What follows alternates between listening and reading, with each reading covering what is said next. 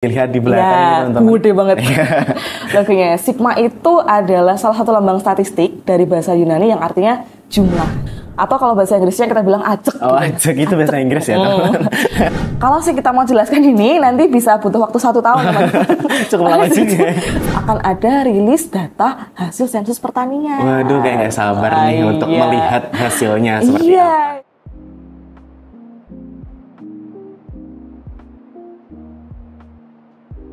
Assalamualaikum warahmatullahi wabarakatuh.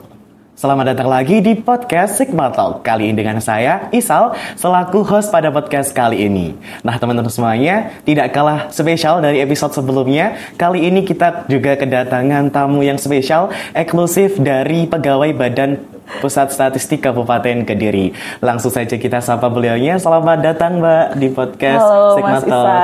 Ya, apa kabar Mbak hari ini? Sehat? Alhamdulillah. Nah, kalau nggak sehat nggak bisa ketemu. Oh iya, betul. Nah, boleh diperkenalkan dulu pada teman-teman di rumah, Mbak. Oke. Halo teman-teman, halo Sobat Sigma Talk. Saya Bita Sari Paskalisa, atau biasa dipanggil Bita. Panggil Mbak aja ya, atau kakak. Oh iya. Saya belum setua itu, belum 30 dipanggil ibu. Saya pegawai di BPS Kabupaten Kediri. Sudah di Kediri selama 2 tahun 3 tahun ini gitu. Kemudian sebelumnya saya juga berdinas di BPS, tapi di Kalimantan Tengah, Kabupaten Lamandau. Oh gitu ya, Mbak. Itu perkenalan dari Mbak Bita. Dan nih Mbak, kalau ngomong-ngomong Sigma Talk dari episode kemarin nih, kita juga banyak sekali ngomongin Sigma Talk. Apa sih itu Sigma Talk?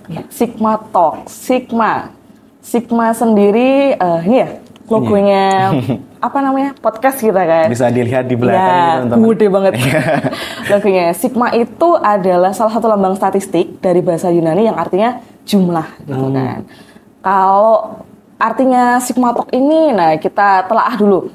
Kalau sekarang ini lagi viral bahasa di medsos, di TikTok itu loh teman-teman. TikTok tentang Sigma male atau Sigma female gitu kan, lagi viral. Ih, kamu Mas Isal kok Sigma male banget sih gitu.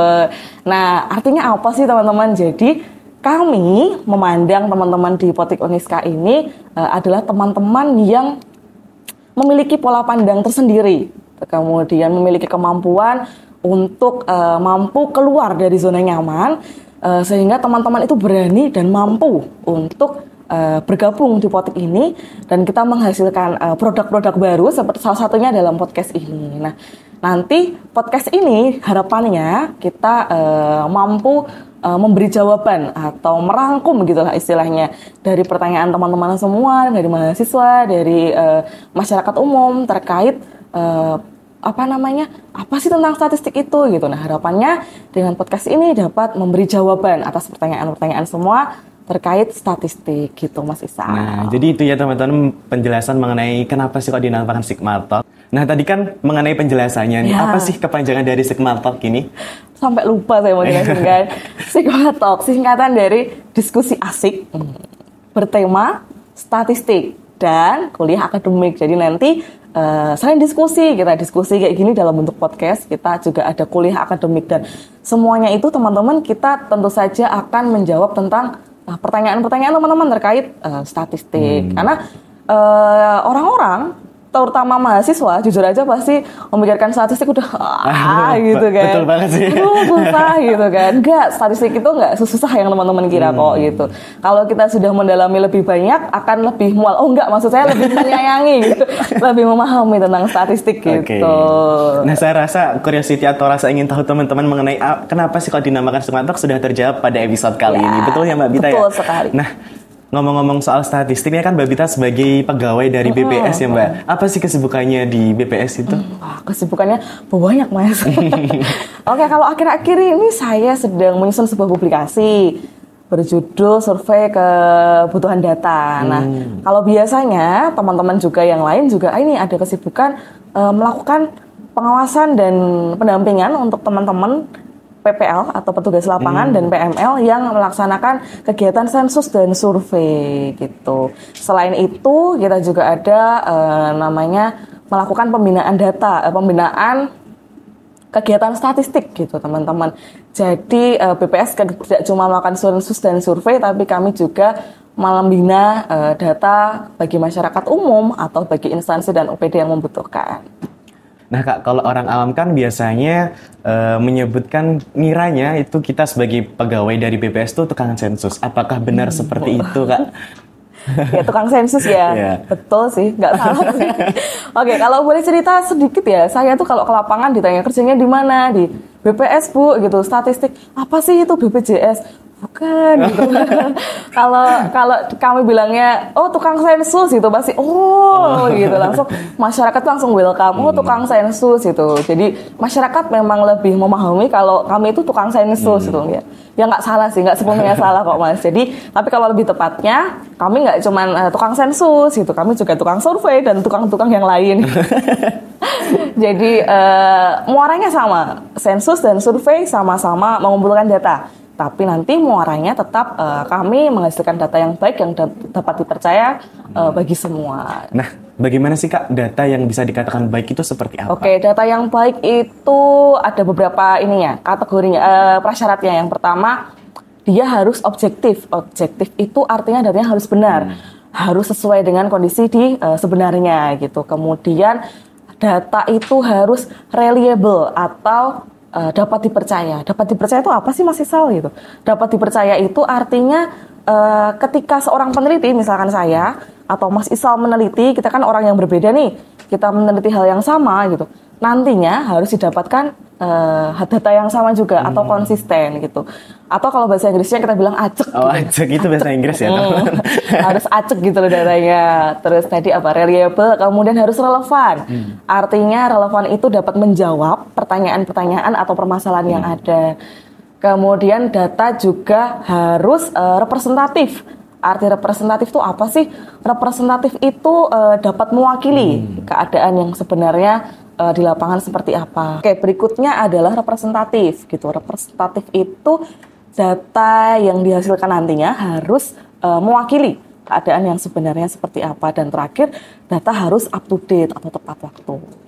Nah gitu teman-teman, jadi bisa dicatat nih poin-poin penting mengenai data yang baik itu seperti apa. Berarti selain melakukan sensus, dari BPS itu juga melakukan survei ya Kak ya? Betul. Nah apa sih itu bedanya Kak? Gitu. Oke, bedanya sebenarnya banyak sih ya. Saya jelaskan dari sensus dulu ya Mas ya. Oke, kalau sensus itu teman-teman, sensus itu merupakan kegiatan pengumpulan data yang dilakukan untuk populasi, untuk seluruh populasi gitu. Misalkan nih, BPS melakukan pendataan sensus pertanian kayak yang kemarin habis dilakukan di bulan Mei dan Juni. Itu dilakukan di seluruh Indonesia. Dari Sabang sampai Merauke itu semuanya melakukan pendataan sensus pertanian. Kuesionernya sama semua, metode pendataannya juga sama. Semuanya sudah ada SOP-nya bagaimana kita melakukan pendataan sensus secara lengkap. Jadi one by one didata gitu. Kemudian baik sensus maupun survei semua ada kelebihan dan kekurangannya. Baik, nah bisa disebutkan nih Kak keuntungan dari sensus itu Sensus, seperti apa? Oke, keuntungan sensus yang pertama kita bisa menghasilkan data untuk level yang lebih rendah. Maksud saya seperti ini, kayak sensus pertanian, nanti akan bisa dihasilkan data untuk level desa, kecamatan, gitu. Jadi nggak cuma level kabupaten atau provinsi, gitu. Atau contohnya Mas Isal melakukan pendataan berapa sih rata-rata pengeluaran mahasiswa Uniska tahun 2023 gitu. Selama sebulan itu berapa rata-rata pengeluarannya. Nah, itu nanti akan bisa menghasilkan data misalkan per kelas 1A1 rata-rata pengeluaran sebulannya sekian, mungkin 300.000. Kemudian rata-rata pengeluaran kelas 1A2 mungkin nilainya 500.000. Jadi kita bisa tahu nih, bisa lihat per kelas berapa rata-ratanya gitu Mas Isal. Keuntungannya sensus lagi, nanti ketika kegiatan berikutnya, kerangka sampel dari kegiatan sensus sebelumnya bisa digunakan untuk kegiatan yang lain. Nah itu kan kalau keuntungan dari sensus ya Kak, tentunya pasti ada kekurangannya dong. Nah apa sih Kak kekurangannya itu? Kekurangannya itu yang pertama cakupan pertanyaan itu sangat terbatas. Kenapa? Karena banyak yang harus didata kan, karena ibaratnya satu Indonesia harus didata nih, nggak mungkin kita nanya-nanya pertanyaan yang detail gitu. Jadi kita nanyanya ya hal yang nggak bisa mendetail banget gitu, tapi semua harus didata. Jadi cakupannya sangat terbatas untuk pertanyaan pertanyaannya. Kemudian kekurangan kedua adalah karena banyak yang harus didata, otomatis kita membutuhkan tenaga yang Banyak juga. lebih banyak. Betul sekali Mas Isal. Jadi butuh petugas yang banyak sekali. Ibaratnya dari BPS Kediri aja, kemarin di Kediri untuk sensus pertanian membutuhkan petugas hampir ribuan gitu kan. Belum di kabupaten yang lain, belum di daerah provinsi lain. Jadi kan otomatis butuh apa teman-teman? Biaya yang lebih besar. Semua itu butuh uang dan uang. Betul gitu. sekali. Nah, kemudian karena biaya besar, otomatis juga karena yang didata banyak tadi teman-teman, otomatis waktu pendataannya juga lebih lama gitu. Jadi nggak cuman cukup sebulan, nggak cukup, butuh biasanya sebulan, 2 bulan atau 3 bulan. Cukup memakan waktu juga ya. Lama ya Mas, betul. Karena bebannya banyak kan yang harus dikelilingi, yang harus didata gitu. Selain itu juga ada nanti namanya ada kesalahan sampling dan non sampling. Nah, sedikit saya jelaskan ya Mas. Kalau kesalahan sampling error itu kesalahan dalam memilih akibat pemilihan sampel. Nah, kalau dalam sensus kesalahan samplingnya ini sebenarnya kecil karena tidak dilakukan pengambilan sampel. Sedangkan kesalahan non sampling error artinya kesalahan di luar pengambilan sampel. Nah, contohnya nih mungkin human error petugas, kesalahan petugas atau petugas ini nih salah nangkep konsep gitu kan. Nah, itu akan membuat kesalahan non sampling lebih besar. Non sampling errornya akan besar gitu. Nah, itu mengenai sensus teman-teman semuanya. Kalau survei ini gimana, Kak? Nah, kalau survei itu kalau dari segi pengumpulan datanya itu dilakukan dari sebagian populasi. Jadi hanya diambil sebagian kecil dari populasi, kemudian didata gitu untuk karakteristik dan wilayah tertentu yang sudah ditentukan. Gitu. Kalau keuntungan dan kekurangannya, Kak? Ya, kita mulai kekurangan dulu aja Mas ya. Kalau kekurangannya itu ini level estimasinya harus wilayah yang besar. Contoh, kalau tadi sensus kan bisa level kecamatan atau bahkan desa. Kalau survei ini hanya bisa dilakukan untuk estimasi kabupaten atau provinsi misalkan. Contoh misalkan kalau di kami ada namanya kegiatan Susenas, survei sosial ekonomi nasional. Nah, itu level estimasinya hanya bisa sampai kabupaten. Jadi Susenas itu kan menghasilkan angka kemiskinan ya Mas ya, Mas Isal ya. Itu hanya ada angka kemiskinan level kabupaten saja gitu, atau provinsi. Nggak ada tuh angka kemiskinan level kecamatan, nggak ada. Karena kembali lagi kita atau tadi survei gitu, bukan sensus. Nah, kalau keuntungannya Kak dari survei ini apa? Kalau keuntungannya karena yang didata lebih sedikit ya Mas Isal ya, otomatis dari segi tenaga butuhnya lebih sedikit. Juga, gitu. Efeknya apa sih kalau lebih sedikit lebih menguntungkan? Kalau petugasnya lebih sedikit, kita bisa memilih petugas yang akan dipakai gitu. Misalkan ada petugas A, B, dan C dan D. Kita bisa milih nih petugas, aku mau petugas yang C aja deh. Menurut kami dia lebih pintar dalam memahami konsep atau dia lebih luas dalam berkomunikasi dengan responden. Jadi harapannya ketika petugasnya yang dipilih lebih baik, nanti data yang dihasilkan juga semakin baik gitu ya. Kemudian selain itu tadi apa? Jumlah petugas sedikit, kemudian waktunya juga tidak begitu lama, tidak selama sensus.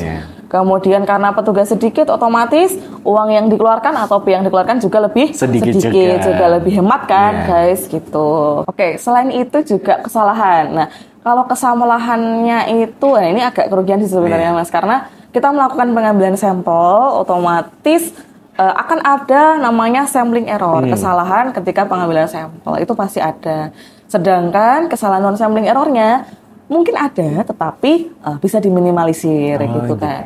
Kemudian kalau dari segi kualitas data, karena petugasnya pilihan tadi, otomatis hasilnya akan lebih baik dari sensus. Kalau sensus tadi kan petugasnya lebih banyak, lebih uncontrol, variabelnya lebih banyak gitu, Mas Isal. Nah, teman-teman ngomong-ngomong soal sampling nih, ada nggak sih Kak contoh pelaksanaan sampling itu di lingkungan kita, di kehidupan sehari-hari kita gitu? Ada banget Mas sebenarnya. Jadi sebenarnya mungkin Mas Isal bahkan atau teman-teman juga mungkin sudah melakukan sampling ini gitu. Misalkan ya Mas Isal mau melakukan pendataan tadi berapa rata-rata pengeluaran mahasiswa Uniska selama sebulan gitu kan. Misalkan mau mendapat data itu, tapi nggak didata semua nih, cuman beberapa aja. Misal satu kelas diambil 15. Lah, 15 orang tadi itu adalah sampelnya sudah. Sedangkan populasinya bagaimana? Populasinya ya mahasiswa Uniska tadi, betul. Nah, mungkin nggak sadar ya, gitu. Sadar. Nah, contoh lainnya ini yang kehidupan sehari-hari banget. Misalkan Mas Isal, ibunya sering masak? Sering dong, sering. Nah, sering masak sambal nggak? Sering. Nah, sering. Nah, kalau masak sambal itu kan pertama yang harus disiapkan adalah bahan-bahannya. Berambang sampai bawang merah, cabai, ngomong lomba. Bawang merah, cabai, tomat, terasi gitu kan. Terus garam, gula, kan di ensemble, diulek, digabung, diulek, terusan dicampur. Kemudian cara tahu rasanya gimana Mas Isal? Dicicipin dong tentunya, pakai sendok gitu ya. Sendok kan, dipakai sendok, diicipin gitu kan. Baru kerasa, gimana rasanya, sudah pas belum manisnya, asinnya, sudah balance belum, malah balance saya medok ya. Jadi balance belum, kayak di kontes masak ya bahasanya. Sudah balance belum rasanya gitu kan. Nah, kalau sudah balance ya berarti siap disajikan gitu. Kalau belum ya diperbaiki dulu gitu kan. Nah, itu juga sampling Mas Isal. Jadi kita nggak perlu mengetahui rasa sambal seluruhnya dalam satu cobek, harus dirasakan semua. Untuk mengetahui karakteristiknya, kita cukup mengambil sampel 1 sendok tadi. Kita sudah bisa tahu gimana sih rasa sambal buatan ibunya Mas Isal. Apakah sudah nampol, mantul, mantap betul, atau bagaimana gitu kan. Nah, kalau dengan 1 sendok aja sudah cukup, kenapa harus semua dimakan? Nah, nanti kepedesan, nanti mencret gimana coba kan? Nah, nanti waktu makan sama nasi, lauknya nggak pakai sambal, berarti kan kurang menantang nanti. Iya, berarti secara tidak langsung itu kita sudah melakukan pengambilan sampling ya, kayak di kehidupan sehari-hari. Iya, bahkan ibu kita loh sudah mengambil sampel kan, nggak kerasa kan. Nah, ada nggak sih Kak prasyarat untuk melakukan kegiatan pengambilan sampling ini? Pengambilan sampel prasyaratnya ada teman-teman. Jadi ada 3 prasyaratnya. Yang pertama adalah desain probability sampling. Sampling itu ada 2 nanti Mas Isal. Ada probability sampling, ada non probability sampling. Atau bahasa Indonesianya sampling berpeluang atau tidak gitu ya. Kalau sih kita mau jelaskan ini, nanti bisa butuh waktu 1 tahun teman-teman. Cukup lama juga. Saya mau bahas tentang, di mata kuliah saya itu tentang metode penerikan contoh sampling ini 2 semester loh. Tentang probability dan non-probability sampling ini. Jadi kita garis besar aja ya. Jadi kalau non-probability sampling digunakan, itu harus ada kerangka sampelnya. Mas Isal tahu nggak? Mungkin bingung ya teman-teman. Kerangka sampel itu seperti apa sih, daftar kerangka sampel? Misal tadi kita mau mendata rata-rata pengeluaran mahasiswa Uniska selama sebulan gitu kan. Nah, kita harus punya nih daftar kerangka sampel. Itu apa sih gitu?